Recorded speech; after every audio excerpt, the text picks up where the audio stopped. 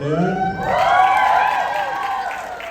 I'm Paul Torek from BroadwayCon and the Broadway show. I love The Outsiders. I was so excited to be asked to be here. I said, please bring me some merch.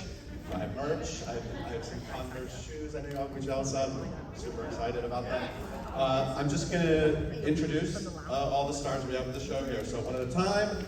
First, here's Victor Carrillo Tracy, who's a swing.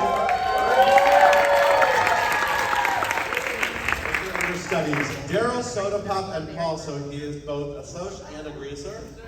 He's versatile, right? And then we got Jordan Chen, a swing, and he's studying for Two Matthews. I like really knowing the last names of these characters, because I always just called them like their first names growing up, because The Outsiders is a huge part of my life, but we'll get to that. And then we have Tilly Evans Kruger, who plays Ace. Award winner. And the associate choreographer of the show, and by the way, the choreography is awesome. Daryl Topa, 2-Bit Matthews.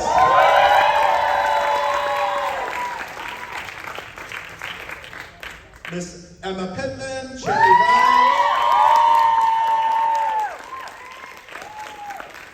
By the way, I love the live captioning, BroadwayCon. Thank you for doing that. It's amazing. People like me need that. And finally, Jason Schmidt.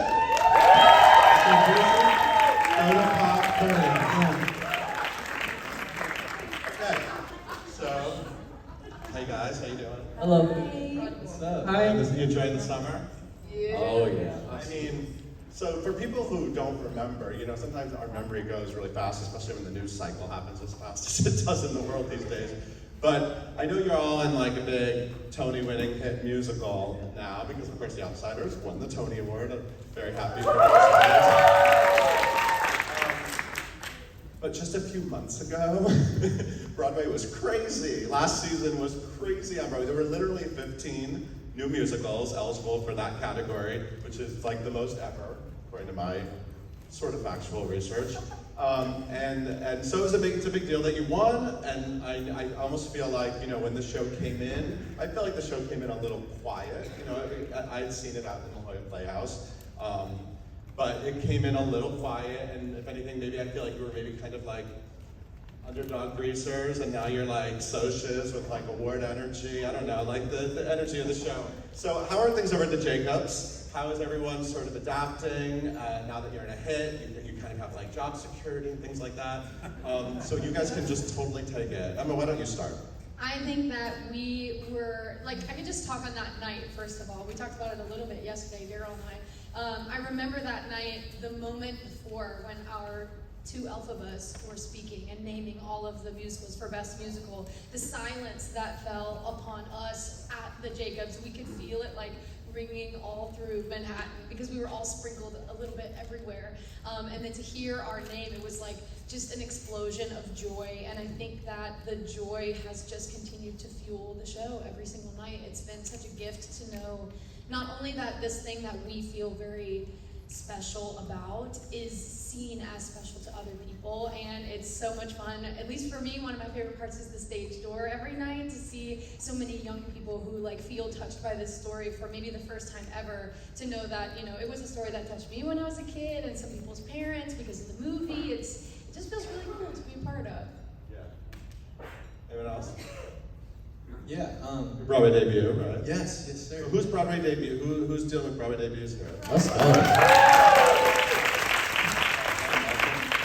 This has been great, and I can say, you know, like in the beginning of the preview process, when I wasn't necessarily on stage all the time and I was in the audience, you know, it was a little, the murmurs were a little quieter, people didn't know what to expect from the show. So that's been great to see the appreciation rise earlier, you know, in the show. And as far as like before the curtain goes up now, and that's really cool. But what I can say from the building, it hasn't changed much. Our beautiful director, Danya, and our producers, and even everybody in our company, we kind of set a spell over our theater, and we're very spiritual people, to be honest with you.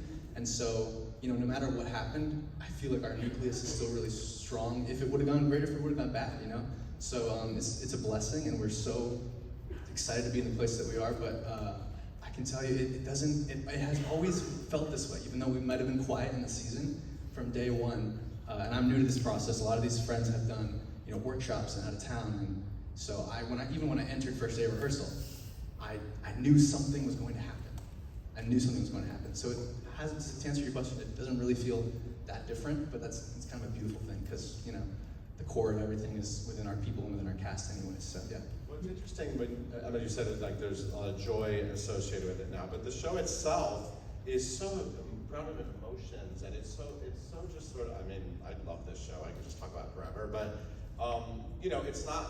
it's not a lot of this, right? And when something wins a Tony, there's a lot of this. That maybe gets ramped up, but you guys are just living. You're living in this world and on that set in Tulsa, and it feels like there's and I think that's really Tony winner Danya Taymor, the Tony winning director. That's really, I feel like she really was always grounding. From what I witnessed, just the times I was around a little bit during the creation of this, she seems like she always really wanted to ground the cast. Is that accurate? 100%. Yeah, I think because she's a play director first, she demanded realness from us initially, and I think especially because this play and this book is so serious for these characters. I mean, it's life or death for the kids. To feel that and know that is true. That was instilled in us from the very beginning of any of our journeys on the process. Jason, you want to say something? Oh yeah, it was very important to us. I think at the beginning to where we are now, to always feel the belief in the show, and so the win was amazing, and I think we all believed that it was possible. But I don't. Yeah, to what Victor said, I don't think it really changed much because the belief was always there, and for us, it was always about the story that we were telling and the impact that we believed that could have. And if it led to something like that, that's a beautiful, response to it. But yeah, it's been pretty similar from beginning to end. And I have to say also, speak about realness, that's a testament to Danya, how she cast this group. I mean, something really unorthodox. For our final callback, we had an interview portion, and it just was they were all on this table Last Supper style. Literally, the producers, the creative team, everyone. It seems intimidating, you go and you're nervous, but then she has your resume, the casting director pulls up a chair, hey Jordan, tell me about this credit that you did, and they just start talking to you, and you're okay, they're old friends, let me just share my soul, who I am. And it totally disarmed me, and I think because of that, she got to see who we are, what we have to offer, and that just helped with the alchemy of the group, Is that a rare experience, Tilly, to have a director like that? Yeah, absolutely. I've never sat down and chatted for 10 minutes before performing a song or dancing a dance. I will also say that in every single day we did at least an hour, 45 to an hour warm up where we would do trust exercises, literally just staring into each other's eyes or leading each other around the room blindly, and then would sit in a circle and chat about it. And I think what's really special about that is she gave us space to really connect with one another in those moments. And I just think that space is so important to allow the cast members to talk amongst one another. Yeah. When Danya and I did the books in Bryant Park, I wanted to echo what Danya said at this interview was she took the time to build in the trust. And sometimes, the producers would be okay, let's go, we have 5 minutes to put the show together. And she'd be no, this is important. This is taking the time to build that trust and to be able to really look into each other's eyes and sob if you're having a bad day, or ask for a hug because you're feeling you need some comfort or whatever, just to be real. That takes time.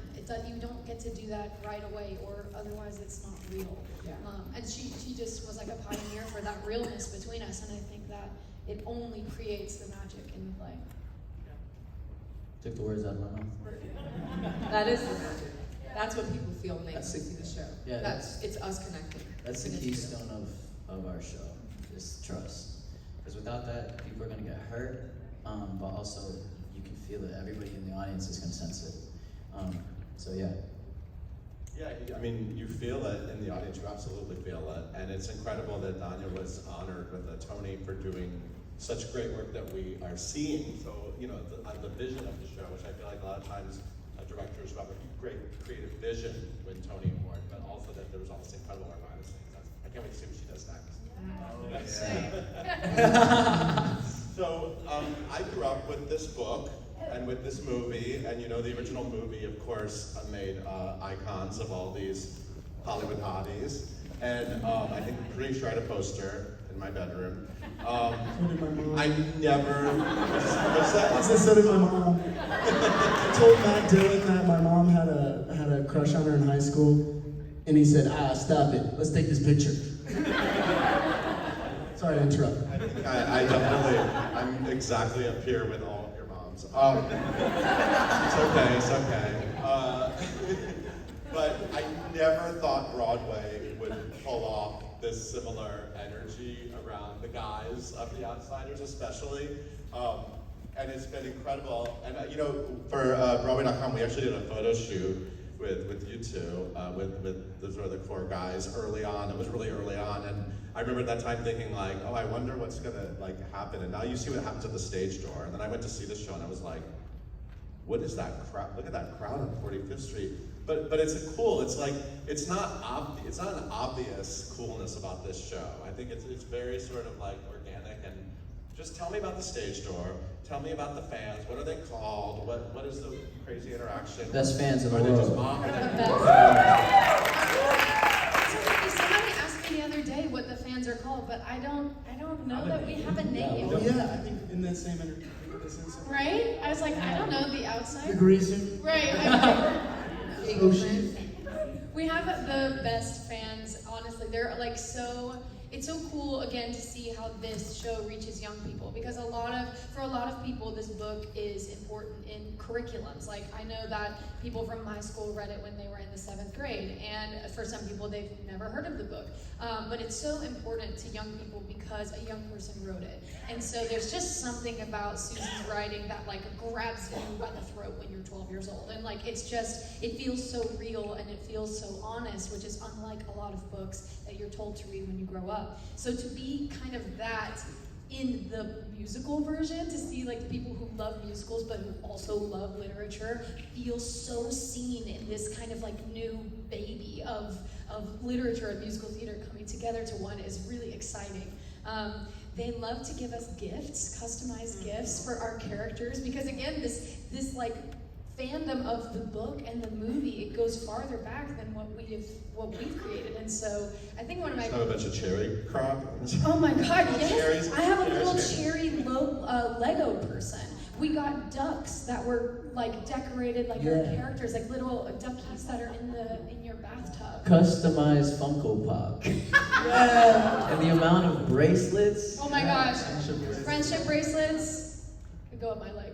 I think the fandom and what you were talking about, that it's not necessarily like a super expected kind of coolness or whatever. I think in our day and age, like what these kids and forward are craving is like authenticity, because there's so much out there right now. Everything is on social media, and a lot of it doesn't feel real. Like I feel like my brain is melting when I'm scrolling through Instagram or TikTok or whatever. And so I think when they come to this show and they see like real, genuine, grounded human beings portrayed by real, genuine, grounded human beings, I think like that is a big part of what people are so drawn to, because it's not what they're actually getting. And I even see that with all the music artists who are successful and the movies that are successful. It's all stuff that just feels real, you know? And I think that's a big part of what our fans are drawn to as well, which is super cool.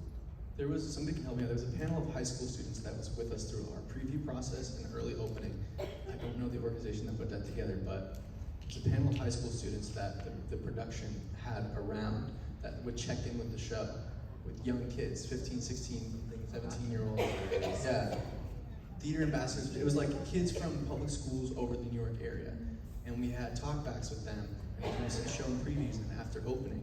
And this young girl we were doing a talkback stood up and was like, I feel like, you know, a lot of times this art form, they try to talk to kids, they like talk down, and you guys are not talking down to us.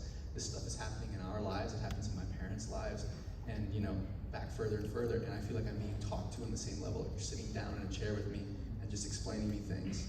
And I think think like what Jason was saying, I think that's the key to this response, is that we're like including them in the conversation. Yeah, and when she stood up and said that, it like struck me like really deep, to be honest. Yeah. That's incredible because it really reflects the way I encountered the book when I was a kid. You know, it was the same thing. And what you said, not only did it feel really cool to walk around with the outsiders at school, but it was. They weren't talking down to characters. And it's incredible that S.E. Hinton wrote it in the 60s. By the way, one of my proudest moments in my career is I got to interview S.E. Hinton. I couldn't believe that I actually got to do that. And the best part was she like ordered a glass of wine. It was in the afternoon. It was like right before your opening. And we finished the interview, and then she was just like, well, I'm gonna finish my wine. And we just hung out. We just got to like hang out. I loved it. Never forget that. But that was sort of key to it, right? And I feel like Adam Rapp did a beautiful job of really mirroring that with the book of the musical. What do you think, first of all, who read the book before they got involved? Like, before? Had you all read it? My dad read it to me. Oh, wow. I mean, I realized revisiting it, because I read it again, my autographed copy now. I read it again, and what I realized was, oh my God, I was this kid in Connecticut. I was very close to being a such if anything, and I realized that like it really taught me about others. Like I was like, oh my God, this really opened my heart to people who aren't like me, and I really like, you know, sometimes you have moments where like that must have meant a lot to me. That's why it meant a lot to me. What do you think this story has for? I mean, you kind of said it, but in 2024. What can we all learn from this story that was written, 55 years ago, 55 plus years ago? And are you experiencing that already? I mean, obviously you said students are sort of giving you that, but this thing is going to live forever, The Outsiders. Yeah, I mean, I don't think it's ever going away, because the problems that it addresses probably will never go away. They're just human at their core. People feel like an outsider at some point in their life. And I think that's something shared within our cast too. And we've all kind of shared stories about it. And I also think in America right now, it's like at least for me, one of the most divided I've ever felt it be. And I think it's a story about a divided city. And S.E. Hinton told us that, the big message is not that the greasers are kind of put down by the socials, rather that everyone is an outsider, including Bob, including Cherry, including Paul. And it's not about othering them either. It's about everyone doesn't feel seen in this story. And so I think it's super powerful in our country at this moment, because, there are sides and but everyone, feels like an outsider within that as well. So having that kind of radical compassion and empathy that the lesson is in the show, I think it's important. And I hope people are taking that away from it when they see it.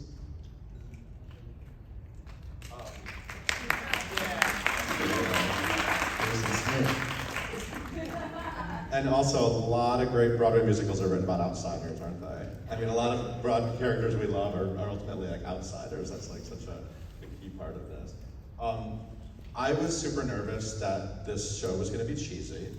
Like when I first heard they're making a musical of The Outsiders, I was like, uh-oh. Because it could have gone in a totally different direction, right? With the jazz hands, and I mean, it could have been a different thing. Not that I don't like jazz hands. And it's like one of the coolest shows to hit Broadway in years.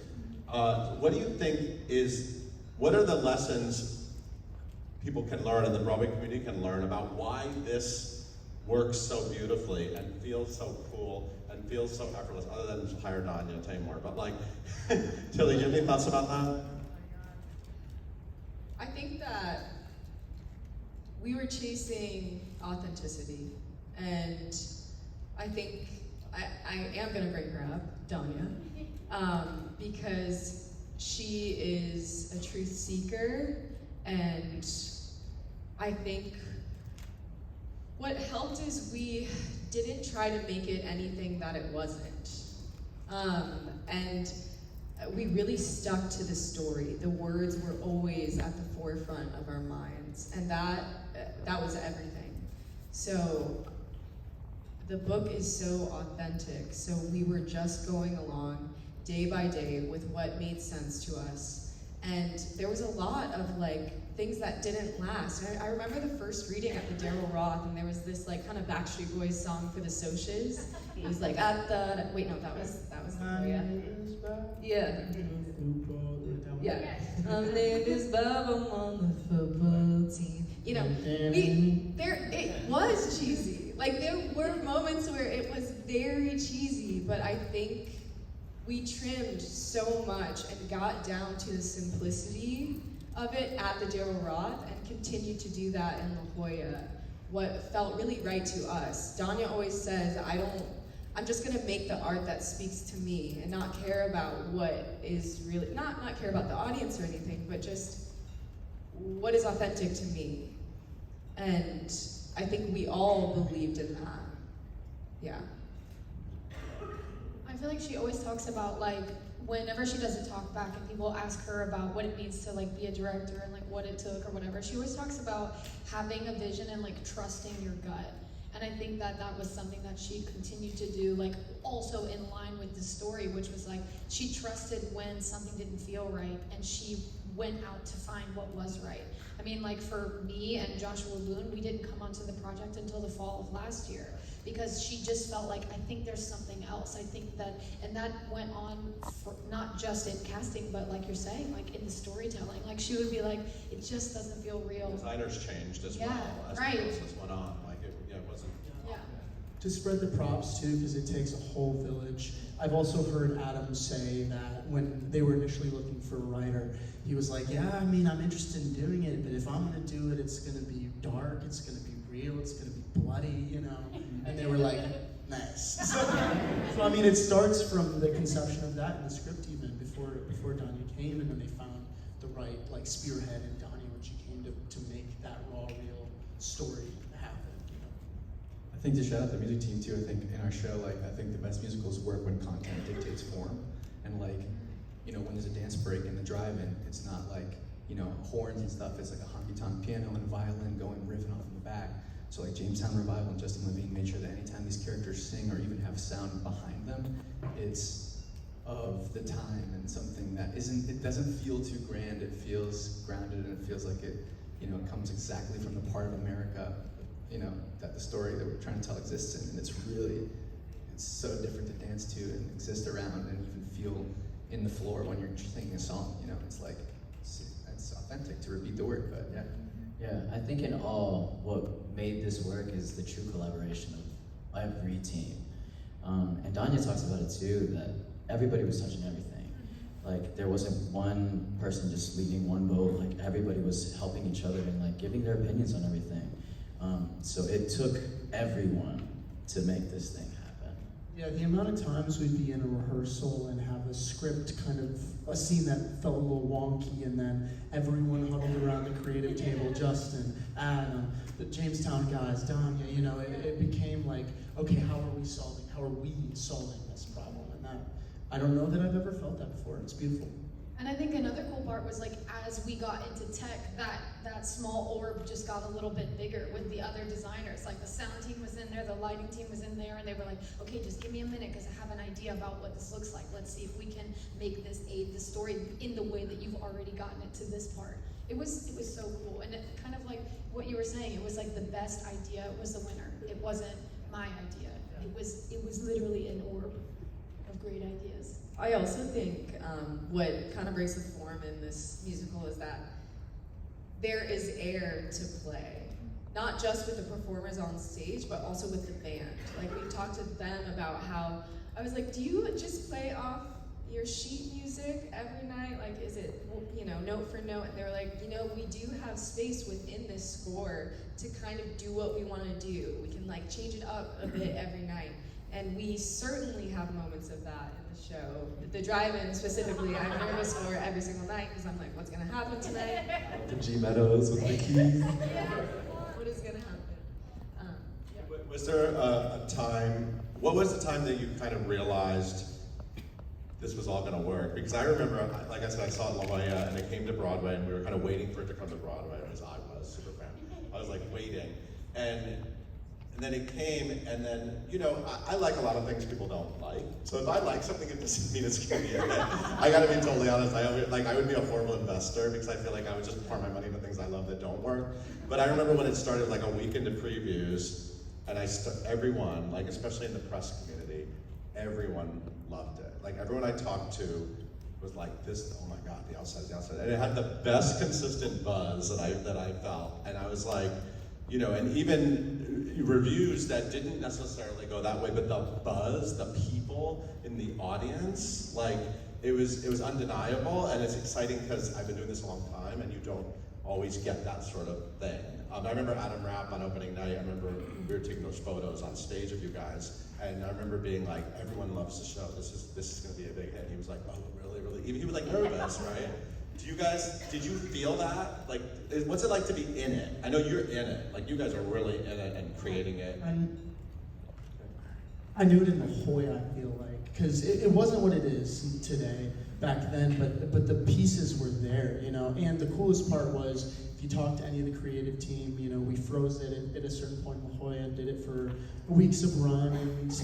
They knew what they needed to change. They went away and wrote, they went away and wrote more music, more script, and we did workshops of it, but back then it was like the bones of this and the authenticity, to go back to that word again, are there, you know, and that's what matters. And like, as long as we can bring that out and take out maybe some of the cheese or things like that, it's gonna be something special, you know, and then, yeah.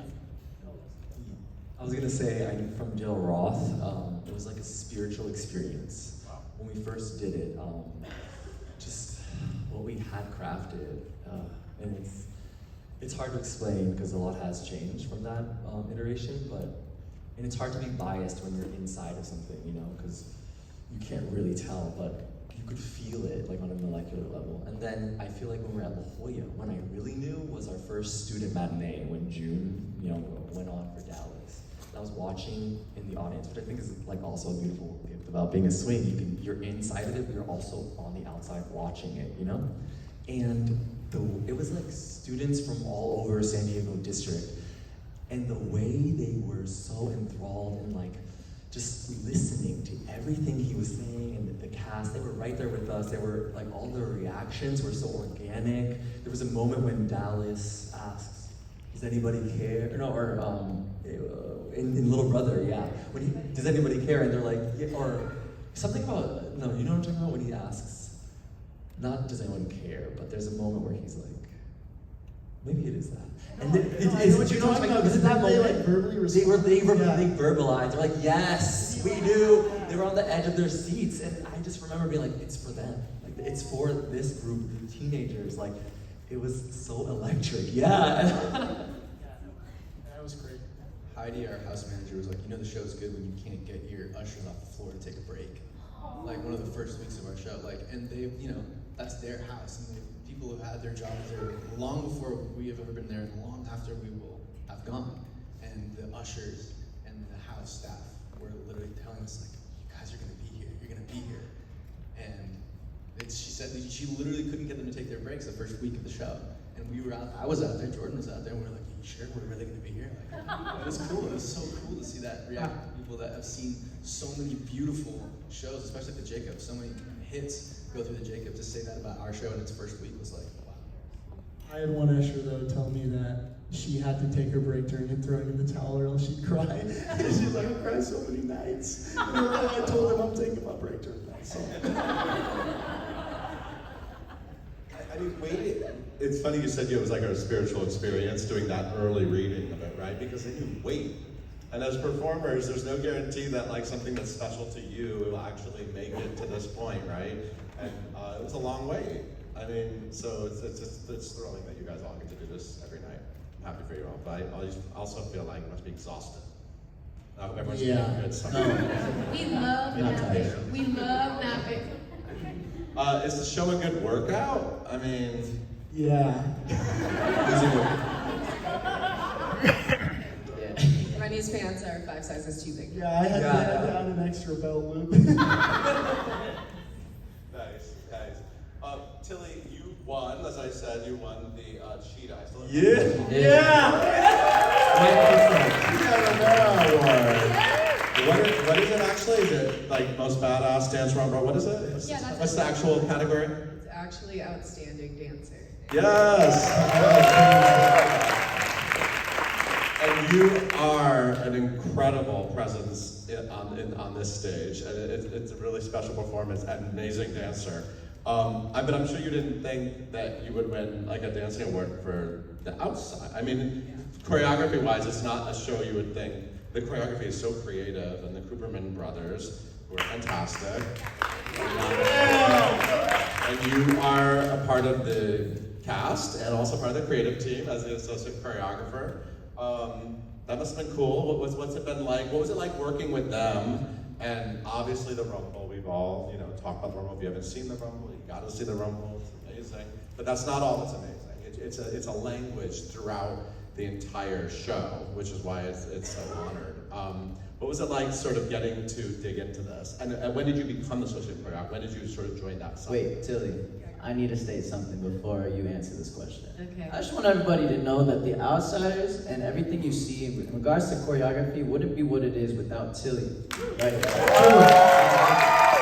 And shout out my boys, the Gibson brothers, but also Tilly Evans Rieger out there as well, because it really, all of that choreography that you guys are like, yo, what is that? That is this lady right here. Yeah. Okay? Let it be known to everybody. I love you. Oh my god. You know when you like choreograph your own show, now you're gonna cast this guy. No. Daryl doesn't want to dance. What was the question? Why are you? I'm curious. Like that was lovely. But like, when did you actually move over to associate choreographer? Okay, so it was like a day after I auditioned, a day after I booked the job. The Coopermans called me, and they were like, "Hey, would you want to be the associate?" And I was like, "Obviously, yes." Oh my god! And Milena actually said no to it. So she's our co-dance captain. It was going to be her, and she was like, "You need to talk to Tilly." So I owe her that. Yeah, I feel like, working with the Coopermans has been hilarious. Our first pre-pro that we did, it was just the three of us in a room, and I remember kicking Rick in the balls, sorry, and I remember hitting Jeff in the face, and it was always so rambunctious, because we were just like, let's try this, oh let's do a flip, let's try it, so it was just being with my brothers every day, just roughhousing. But what they did do that was really special, and I've done a lot of pre-pro for many choreographers, and a lot of times they want to give you the material step by step, and the Coopermans were very much so. They told me that I had the space to create. And they would literally give me sections of pieces, like the drive-in. They'd say, hey, can you go and create something, create a full, however many counts, and I'd be like, yeah.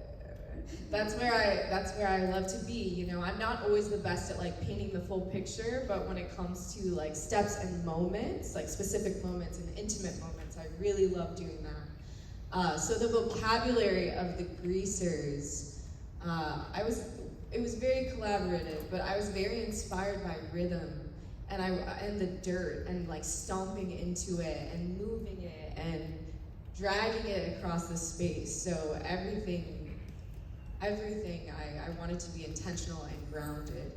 And just fun, because I knew I'd be doing it 8 times a week. Yeah, and I think also the actors, dancers on stage, we were also very collaborative with each other. And Daryl would be like, hey, can we make this a heel toe instead of a toe toe? And I'm like, yes. It was such an incredible experience to be able to be on both sides. Daryl, I was looking at your credits.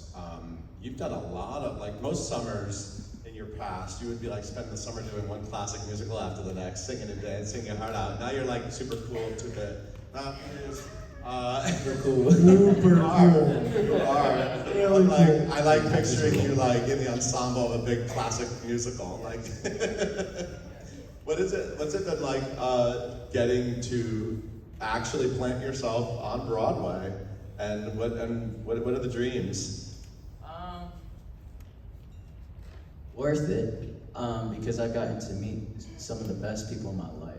I was just talking to someone upstairs in the green room about this. Something that has been a thing that I've loved about this process is just seeing so I'm in this cast with a bunch of monsters, Like you guys don't understand. I mean, you guys see it, but these people are much more than just what you see. And they're the most talented people I've ever met. And I'm very excited to see where they go with their careers. But the people that I've met, because that is my career, is the people that I've been able to meet, because they've supplied me in the next shows and the other jobs. I've gotten to do some cool things on TV and film, and I'm just grateful. I'm grateful to finally be on stage in an original Broadway hit show, originating a principal role as a half Filipino, half Samoan, goofy kid, and yeah, the highlight of my career so far is looking up at opening night and seeing my two day one cousins who haven't seen me perform since I was about 8 years old, and then my mom, because she's always been proud of me, but at the same time I feel like this one hit different. So yeah, that's how I feel about being on Broadway right now. Is just proud and just excited to work with these goofballs. Yeah. This is one of those. I really believe this is one of those kind of iconic casts. Every once in a while, a show comes and I'm like, oh, like a Rent or Hamilton. There's certain casts. This is one. You guys are. You're one of them. Only time will tell. So, soda pop. First of all, where'd you grow up? Did you call it soda or pop or soda pop? Pop. You really? Where'd you grow up? Chicago. Oh, okay. Pop. A little pop from the refrigerator. Okay. I was a soda childhood, but soda pop is a great character. I mean, he's sweet and strong and goofy and lovable, and then in the show you make me cry, so heartfelt. It's such a beautiful journey. What was it like, sort of getting to find the right balance of this character, and did you sort of immediately connect? It's funny, when you were kind of getting involved with The Outsiders at the same time you were doing Rise of the Pink Ladies, right? Very end of it, You yeah. guys watch Rise of the Pink Ladies? Yeah, I remember. So what was the timing? It was. I sent in a tape for Bob for Outsiders, and in the last few weeks that I was filming. Okay. Yes. Okay. And you can't watch that show anywhere, can you? You can. You can pay rent for it. it, I think, on Amazon, Apple, Okay. and I All right. think maybe one more, but It's fine. You guys should check it out. Apple, yeah. Yeah. But I'm glad you're working. I'm glad you're on Broadway. So yeah, what was it like, finding this guy? And did you immediately click with him? Yeah, I felt like I did. When I got the tape for Bob initially, I reached back to my agent and I said, do they have any tapes for the Greasers? Because I was playing a Soch in the Rise of the Pink Ladies. And he said, no, this is all they have. So I did the tape. I actually had a lot of fun doing it. And in the process of doing it, Brody, who plays Ponyboy, ended up switching from Soda Pop, who we played with Daryl Roth, yes, to Ponyboy, and an opening for Soda came. And when I first read for it, it really felt right. And I read for it 2 times, and in the second time, or in the first time, the second scene, that is the final scene of the show, and he has that big heartbreaking little monologue at the end. I didn't turn the page when I was learning the audition, so I get to before that monologue happens, and I'm done with all that I've memorized, and I could feel from the table that they want me to continue. So I pause for a second, I feel it, and I turn to them and I go, and that's all that I have for you today. and they laugh and they go, oh, that's good, that's fine. So when I read for it the second time, I was still reading for Paul as well. And Xavier, our casting director, comes up to have me do the second scene, and he goes, and there's a little difficult page turn here, so if you and there's that section just at the end, just for your eyes. Yeah, difficult. He's a typical page turn. I was like, real difficult. And I turned the page and I saw that there was this little monologue at the end. So I cold read it for the first time, like in the final callback of it. And even doing that, I was like, okay, I get this guy. This feels supernatural. This isn't somebody that I have to like sit down and study how to play this character. Like it does live within me. And also, he taught me so much about allowing a character to live within you and like finding what part of yourself resonates with that character and just kind of expanding that. And luckily for me with this character, it's a pretty big chunk of myself that does. But you said it too. It's written as one of the most beautiful characters I've ever read, whether it's the book, the movie, or this. It's just like the way Susie describes him in the book is so beautiful. And I think getting to do that in the musical and getting to play somebody with such a beautiful heart and such beautiful intentions, who is also, you know, as she puts it, somebody who can make anyone laugh at any time. You know, it lightens the room wherever he goes. Like, it's so beautiful to get to play that every night when everyone else has to play all these dark characters, you know? So, yeah. What were you wearing on opening night? I mean, you guys just look. You guys could look this up. But what inspired your opening night fashion? It's something designed by Atelier Jolie, and we had done a photo shoot, I guess, like 4 months before opening night, and I had worn that. It's kind of this like Hugh Hefner-esque like silk kimono, Shirtless.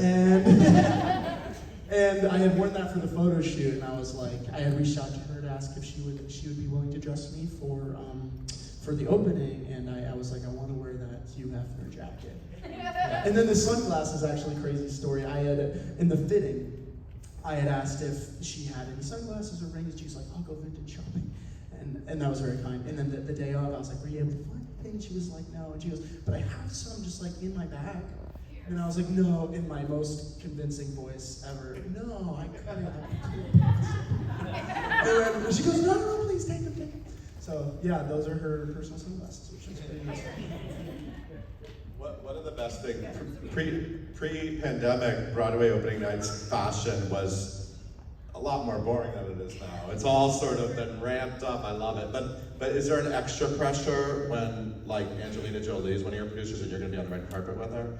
Is that, like, I think the only pressure is, like, will I hate myself if I don't ask her to collaborate with me in some sort of way? Do you know what I mean? Because she was such an amazing, like, resource and just, like, friend in the room. Like, she was so much a part of this production, as was her kid Vivian. And so, like, they became our pals. They became, part of the company. And so I think the only pressure we felt, at least for me, I was like, if I don't ask, I'm gonna hate myself forever, low key. Like, I need to ask, would she be willing to let me borrow something for the after party? Or, even if it's not a full look, because, there is a lot of us, but she was more than kind and excited to collaborate. The other thing I love about her being involved is that it came out of Vivian seeing the show at La Jolla and genuinely falling in love with it. A lot of times, a lot of Broadway shows get star producers attached just because it's kind of like they fit maybe the theme of the show, or they just want a star to get people in. But it came out of that genuine love of what we're talking about, kids going to see it and feeling connected. Yeah, incredible. I love it. Emma, we first met, I think, in 2019. That's correct. Do you guys watch The Search for Roxy? You know what The Search for Roxy is? Thank you, Snaps. Thank you, Niche. We had a little reality show at BroadwayCon. We were looking for Roxy Hart, and Emma won. And I'm thrilled to say I was in the room when Bibi Newirth, Anne Ranking, and Bianca Marroquin chose her, which is very exciting. That was crazy. And then the pandemic happened, and we all waited. And then Chicago came back, and we were like, when's Emma going in? Like, Emma? That's how I first knew you. And then you got to go in, you were incredible, and then you got to go into Back to the Future, and now this is your principal debut. So first of all, let's get a round of applause for that journey. Super fun, crazy journey, right? Yeah, I'd like to say that it's like the most iconic thing that's ever happened to me, because who can say that they've not only met Anne Ranking, but like got to work with her on the show that she is like so, you know, she's in that thing even before it was that, you know, in the first version. So it was cool to meet her and to be able to work on the material that she crafted and created before she unfortunately passed away during COVID. And then to be able to have the privilege of actually doing it was so exciting. And one of my favorite stories is, I think I can tell the story. Yeah, sure, I'll tell the story. One of my favorite stories is Barry Weissler, who's one of the producers of Chicago, came to my wig fitting and was like, hey, yeah, like I watched, you know, The Search, I watched some of your videos, like, I think you're gonna be great, it's gonna be awesome, like, I'm pretty leg. And I was like, okay, Pierce, thank you so much, I really appreciate the time you took to come and hang out with me while I'm, you know, getting my head saran wrapped so that they can make me a wig. And then after the put-in, and if you don't know what a put-in is, it's when the one person or a group of people who have been rehearsing get to do the show for the first time with the full company, and they get to do costumes and wigs and makeup, and everyone else is in like regular rehearsal clothes. So after we finished the put-in, I'll never forget, Barry Weissler ran up to the stage and he was like, Emma! What? Who knew? Andrea King, Bianca Marroquin, and Phoebe Newirth, what do you mean? No, it was amazing. It was so exciting to like have gained that trust from him through doing the put-in, and it was nice because they gave me 2 weeks to do the show, and I got extended another week, and then they joined me, they allowed me to join the company in the ensemble and understudy Roxy, and I got to dance under Charlotte Amboise. In my last week of Roxy, I got to play alongside Bianca Marroquin. She was my Velma, so it was just like, again, iconic. The most iconic thing that's ever happened to me was such an amazing experience, and to be a part of that family forever is so cool. And then I got to meet this person right here in Back to the Future. Right? And I was kind of beating myself up just a minute ago to say that, like, you said that Daryl is like, you know, the king of iconic musicals, and I think the thing that is so beautiful about what he's doing in this show is that he's being himself. And I think, again, bringing it back to authenticity, that's a very scary thing to do, but he does it with so much grace and so much confidence and so much kindness and love and compassion. And it's beautiful to have seen him in a different version in Back to the Future, which is super, super commercial and super fun. And we were dancing our bottoms off every single day doing that show. And it was hard. But the thing about Daryl is that he could do all of those iconic shows because he's insanely talented. He could do anything. Anything. Thank you. 100%. And yet, the coolest gift of all was to get you to see you step into this role and make it your own. And it's like, it's such an honor to do this with you. I'm gonna give you a pause because I actually booked Back to the Future because of this one. We were dance partners in the final callback. We sure were. And I'm telling you, Emma Pittman, yo, partnering with her, I was like, I'm booking this show.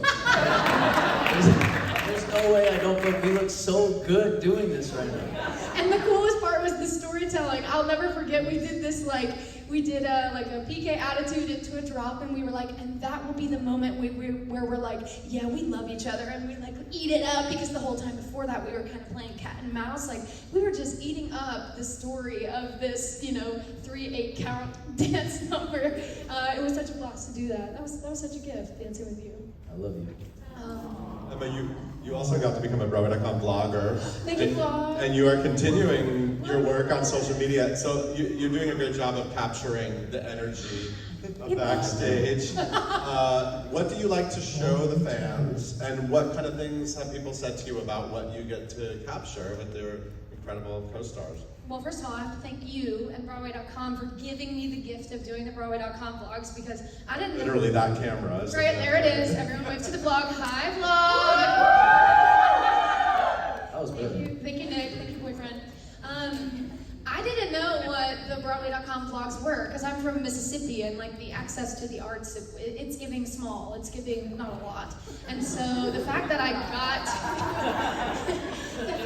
got to like do this thing that reaches people who may not ever get to come to New York City or have access to see the show is like, I was like, what the heck? My brain was exploding, because all I could think about was like, what would little Emma want to see? Like, I didn't even know what I would have wanted to see then, because I didn't know it existed. You know what I mean? And so some of my favorite parts are showing all of the different areas of the theater, like not just what we do, because we're obviously literally the face of it right now. We're the people that you see most of the time. We're on the cast recording, we're on the stage, we're doing all the press. But what you don't see are the sound guys who are making the environment that you walk into every night with the cool surround sound system that we have in our theater. You don't get to meet the lighting designers or the costume designers who put all of this intricate little tiny details that you never knew because you're sitting in the back of the house. But I know that I have a promise ring from Bob that I always wear until we break up, and then I take it off. And it's like, what? Who knew? Like, I would not, and little Emma would not have known about all these cool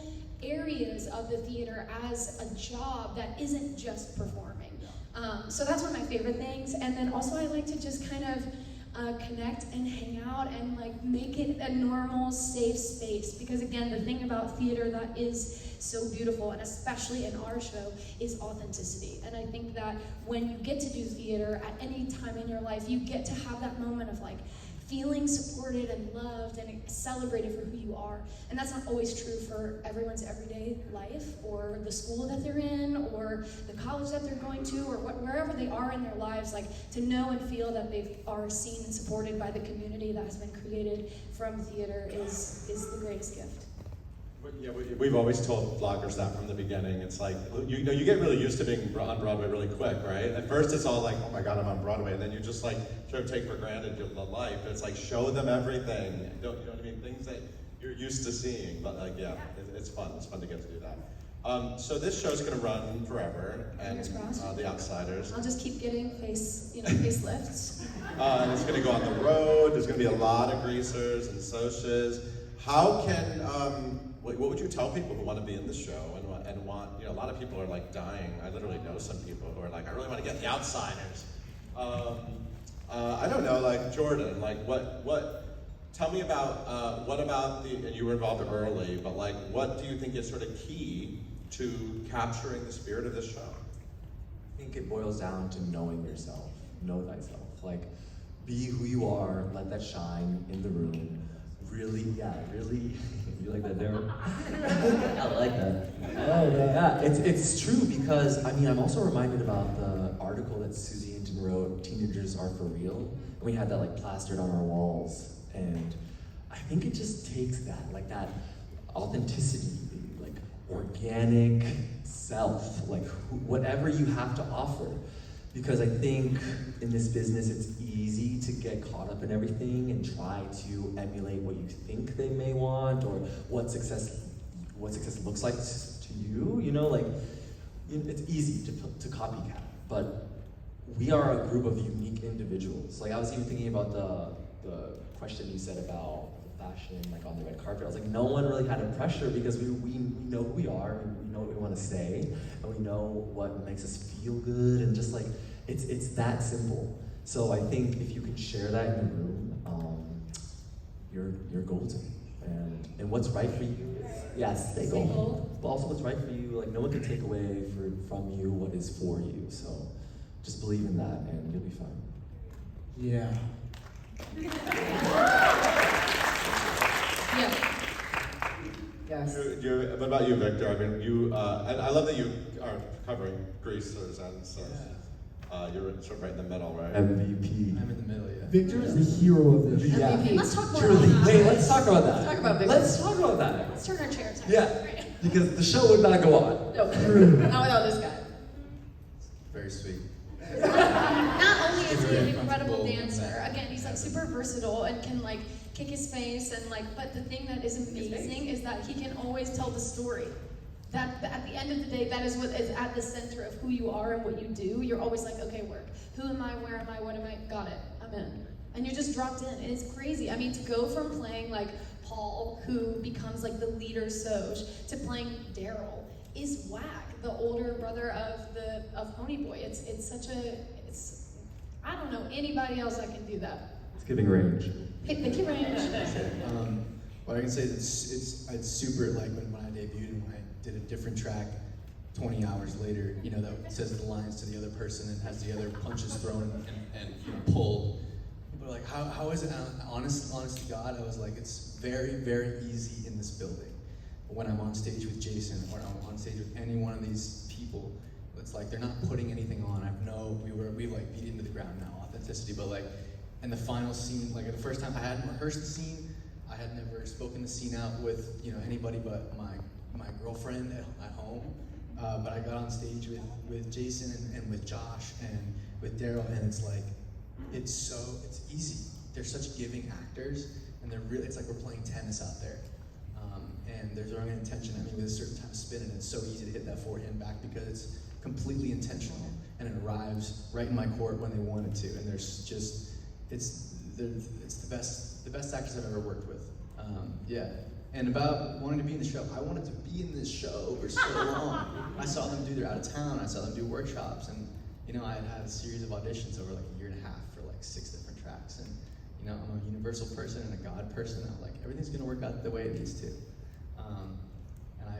And it happened, and I'm so thankful, so incredibly thankful that I found my specific place in the show, being able to try on different characters and different emotions every night, and doing what I do, and being able to dance and act and sing. And so I'm very grateful to be here overall. With class too, man. Yeah, humility is crazy.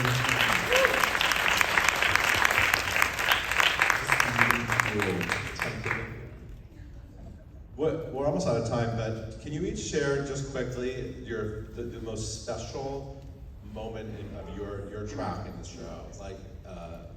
Like Tilly, do you have like a favorite moment, or is that you just like every night?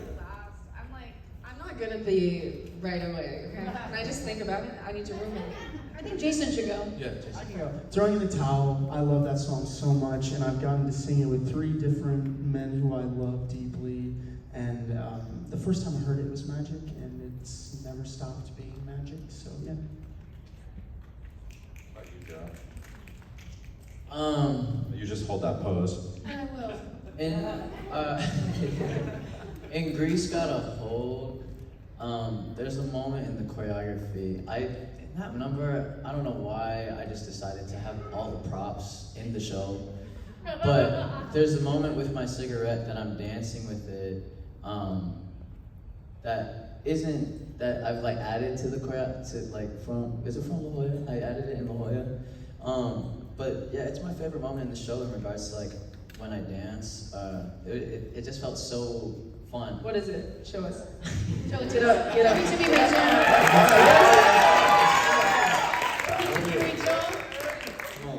You just get done with this, and I have this cigarette. I think the actual choreography is like this. And I think Right. I have my cigarette in my mouth, and I hit this, and then I grab the cigarette, and then put it in my mouth, and then take it back out for this. It's not too crazy. It's my favorite moment in the show. I love that. Emma. My favorite moment is the scene with Ponyboy getting into I Can Talk to You All Night. It's the whole drive-in is like my favorite sequence because it's a real moment in time that you watch happen in front of you, which is not always true. A lot of times you get a scene and then there's time that has passed and then you're in a new scene. And to be in that like stretch of time that is real is really cool to experience every night. And to feel in that moment with Ponyboy, the like taking off the mask and like seeing someone for who they are without their mask on and just being like, wait, this is fierce. Like, why don't we just run away and hang out and be friends forever? Because this is so nice. I love that moment. That discovery is very exciting every night.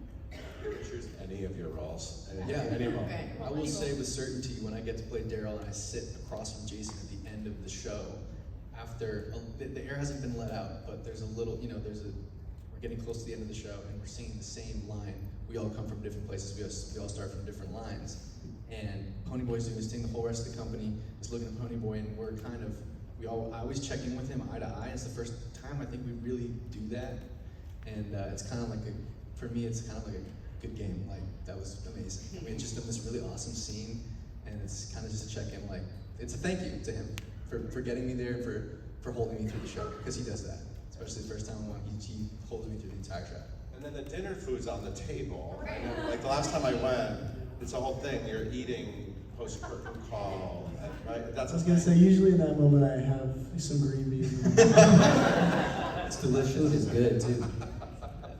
Go ahead. I'll say as a viewer, because I watched the show yesterday and I was just like, oh my god, it's so good. Like I haven't seen it in a while, you know? So I think it's the stabbing for me. Bob's, the slow motion stabbing. I'll tell you why. It's not because I'm a, you know, I love death. It's the brilliance of that moment in how to tell a story through movement that the Coopermans just ate up. It's like their vocabulary, I get chills every time. It's I think they were inspired by a Bosch painting, like, you know, just all this violence everywhere. But the slow motion and just the lights and how the audience is left like with their mouth agape. I really want to get a reaction shot on y'all when we see that scene, because you know what I mean? Yeah, chills each time. So that's probably my favorite. Damn. So she was incredible. Truly, like. Everyone leaves him, like, oh my god! They just left him for dead, Yes. literally. In the car. Yeah. Yeah. I will honestly say when little brother, when the company is all facing up stage towards Josh and he is we're mirroring him and we're hitting those knee, like our knees get knocked out. Some nights, it's not all nights, okay? But some nights we are hitting it at exactly the same moment and I feel transcendent. I'm like, oh, this is like on another level. I feel like I have left planet Earth. I am now up in the heavens, okay? And it's unlike anything. And being able to watch Josh give that performance, Tony nominated but should have being able to see that is unlike anything. Unlike anything. Yeah. Well, I love knowing all those moments, because now I'll be back. You're going to see me at the Jacobs Theater again, and I'll be back, and I can't wait to sort of wait for all those moments. Thank you all for being here. Thank you.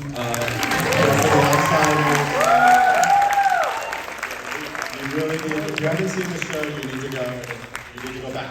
It's fantastic. Thank you all for being here. Thanks, everybody. Thanks, Jen.